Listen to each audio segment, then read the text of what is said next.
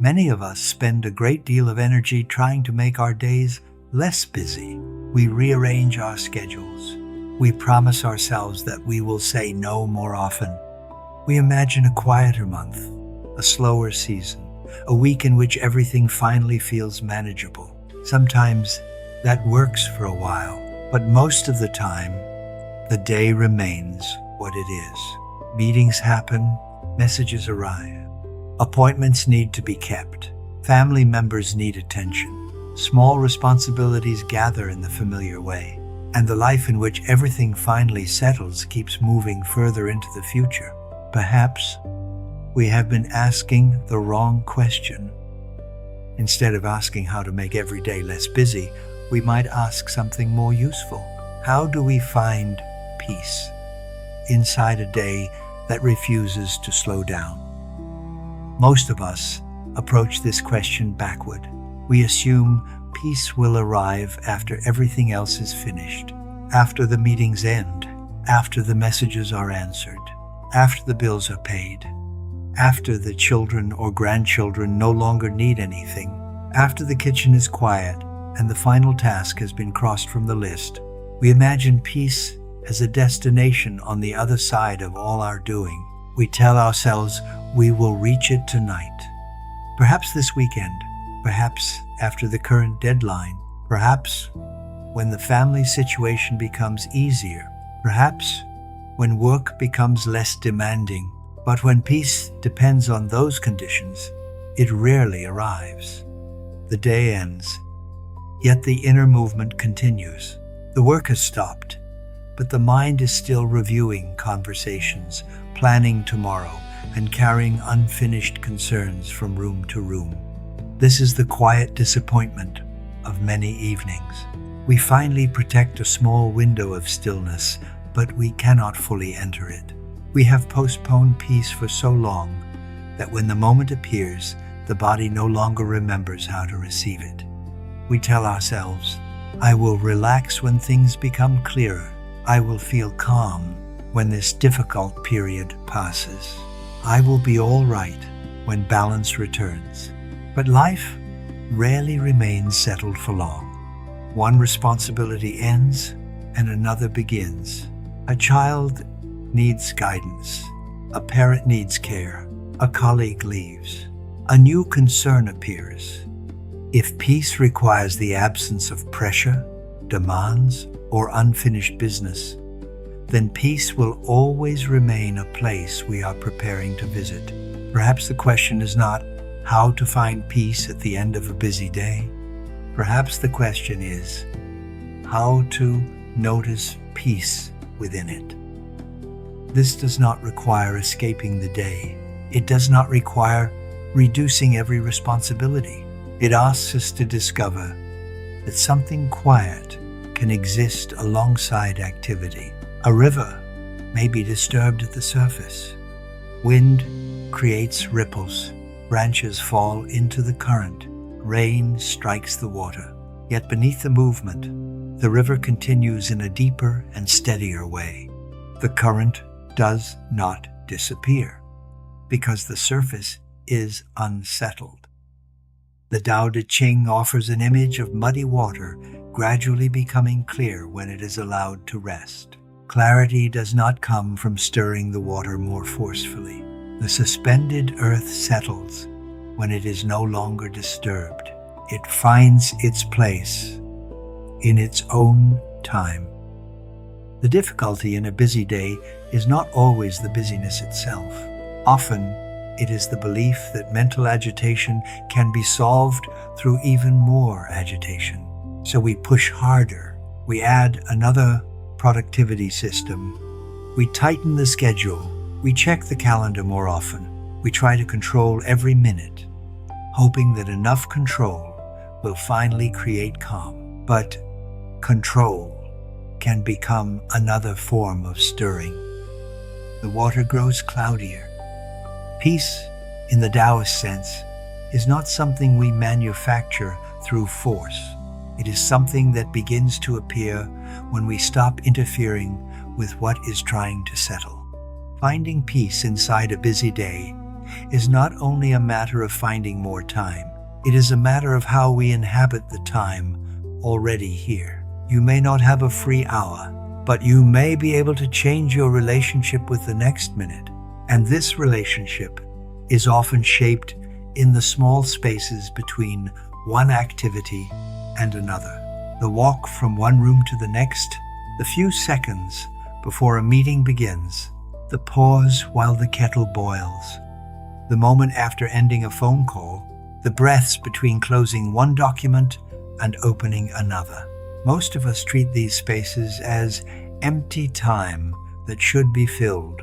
We immediately reach for the phone. We begin rehearsing the next conversation. We continue thinking about the previous task while entering the next one. We carry one responsibility into another without allowing either to end or begin completely. The day becomes a long sequence of partial presence. Each task is mixed with the one before it and hurried by the one that follows. By evening, we feel exhausted without fully understanding why. Perhaps we did not work much harder than usual, but we were never entirely where we were. We were always leaving one moment or arriving early in another. The spaces between things are not wasted time. They are the breath of the day. When we allow those spaces to breathe, the day itself begins to feel less compressed. Ancient wisdom understood that a pause is not the absence of activity. It is part of what gives activity its shape. A piece of music is not made only from notes. It also depends on the silence between them. Remove every silence, and the music becomes noise. The same is true of a day. The pauses do not interrupt meaningful action. They help meaningful action remain possible. Most people cannot withdraw from responsibility whenever life feels too full. Work still requires answers.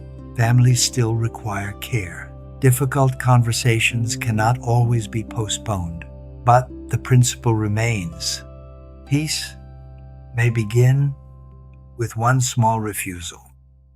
The refusal to fill every available gap. The refusal to reach automatically for more information.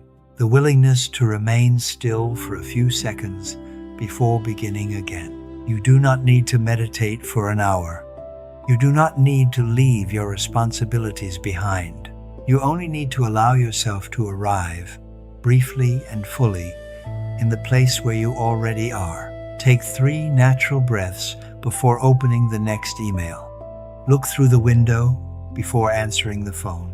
Feel the full weight of your body in the chair before beginning the next task. Let your hand remain on the doorknob for 1 moment before entering the room.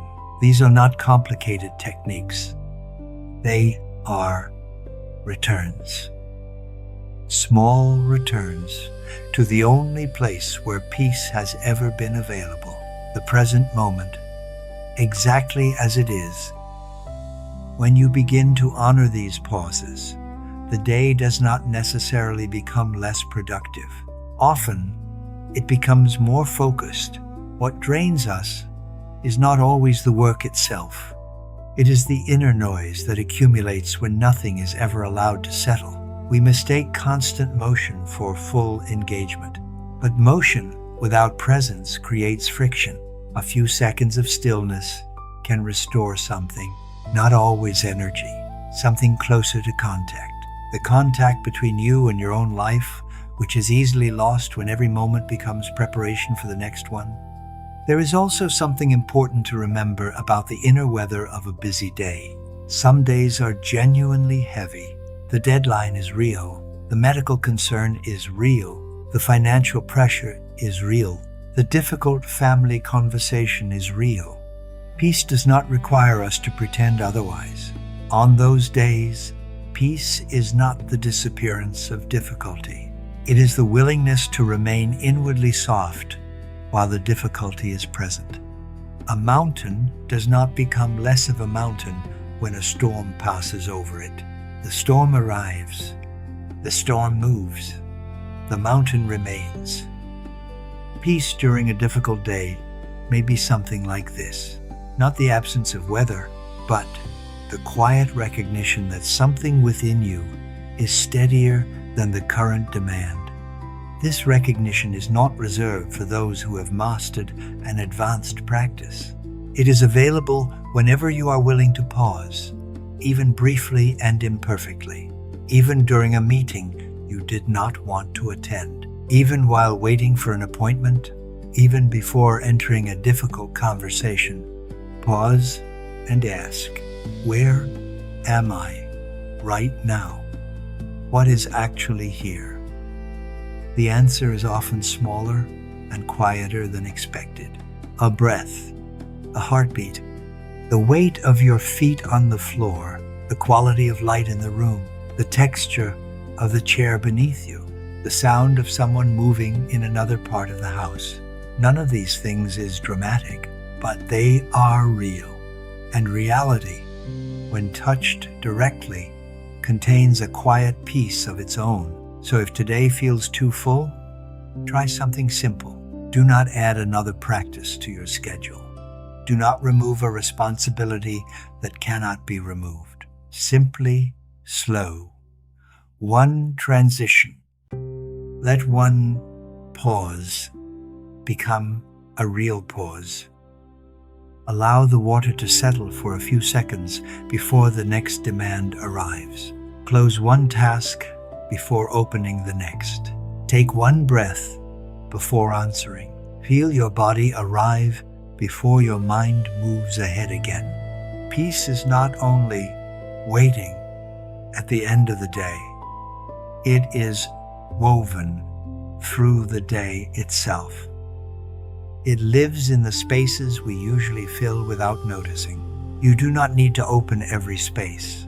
You only need to leave one of them unfilled. And for that brief moment, let the day continue without asking you to run ahead of it.